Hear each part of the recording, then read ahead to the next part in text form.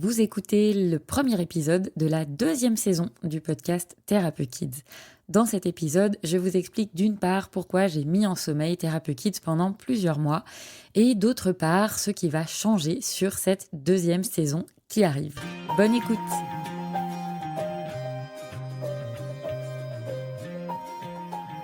Bienvenue sur Thérapeute Kids, le podcast qui explore tout ce qui peut aider les enfants et les adolescents à grandir plus heureux, plus libres et plus épanouis.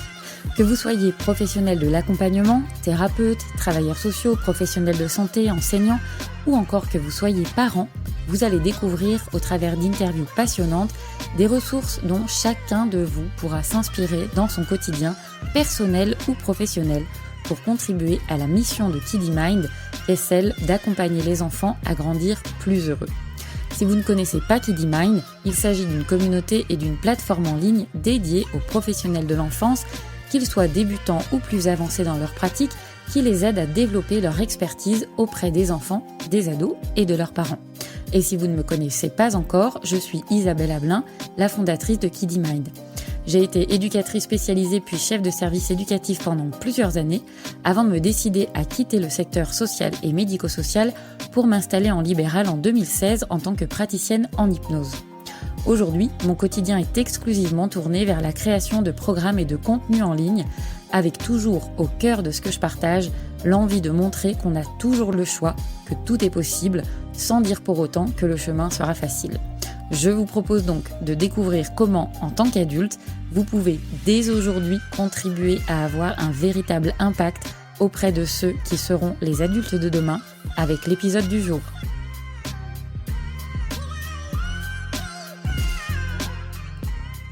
Bonjour et bienvenue, je suis ravie de reprendre les enregistrements de ce podcast que j'avais laissé en sommeil pendant quelques semaines. On pourrait même dire quelques mois d'ailleurs, puisque ça doit faire 4 mois et demi, 5 mois peut-être même que j'ai arrêté de poster.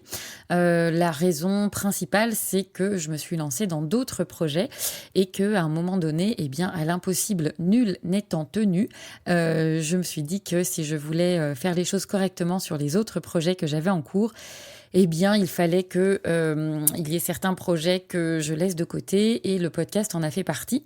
J'avais toujours en tête de toute façon de le reprendre à un moment ou à un autre, donc ce moment est arrivé.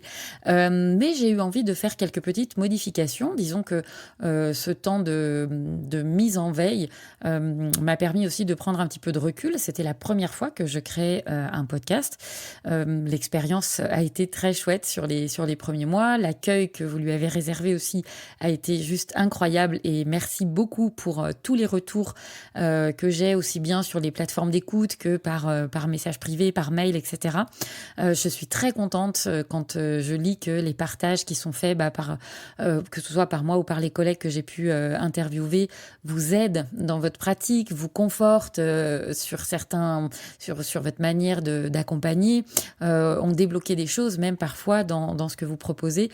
Ça c'est trop chouette parce que c'est clairement l'intention de ce podcast, c'est d'ouvrir à tout ce qui existe, de créer de l'inspiration, de pouvoir modéliser aussi ce que font d'autres collègues. Donc ça, voilà, je suis vraiment ravie pour ça et donc merci beaucoup. Mais aujourd'hui, voilà, je reviens avec une énergie et une intention un peu différente. Alors, au niveau de l'intention, en fait, je me suis vraiment reconnectée à la mission de Kiddy Mind, qui est d'accompagner les enfants à grandir plus heureux. Donc ça, je le fais notamment au travers des programmes en ligne de Kiddy Mind, qui sont destinés aux professionnels de l'accompagnement qui veulent développer leur expertise auprès des enfants, des ados et des parents.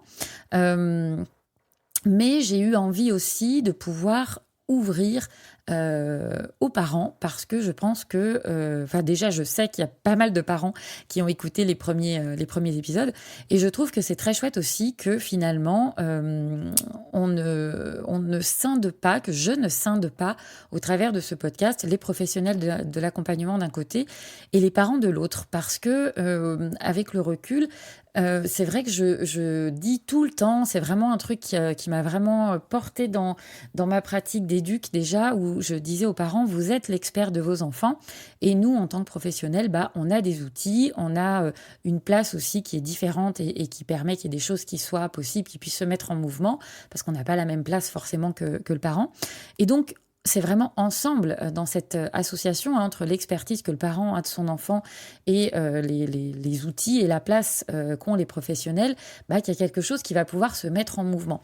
Et donc, je me suis dit que c'était un peu dommage finalement que Thérapeute Kids soit uniquement orienté côté pro et que cette mission finalement d'accompagner les enfants à grandir plus heureux, elle concerne tout le monde, elle concerne tous les adultes, en premier lieu peut-être même les parents dans leur quotidien, et puis bien sûr les professionnels dans les accompagnements qu'ils proposent.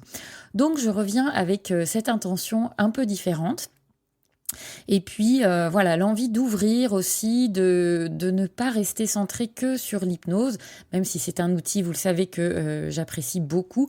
Mais je trouve qu'il y a tellement d'outils, de techniques, de types d'accompagnement, de formations, peu importe, qui peuvent être utiles, qui sont chouettes. Et j'ai vraiment envie, même si c'était déjà quand même un peu le cas sur la première saison, où on ne se cantonnait pas qu'à parler de l'hypnose, mais là j'ai envie de l'affirmer de manière très claire et d'ouvrir vers quelque chose de beaucoup plus large.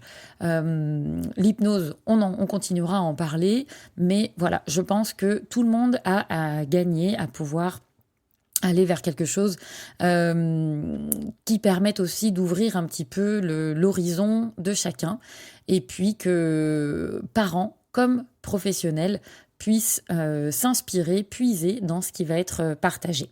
Donc cet épisode va être assez court. L'idée, c'est d'introduire cette deuxième saison, vous expliquer un petit peu pourquoi cette mise en sommeil et puis la manière dont j'ai envie de revenir. Il va y avoir pas mal d'interviews sur cette deuxième saison.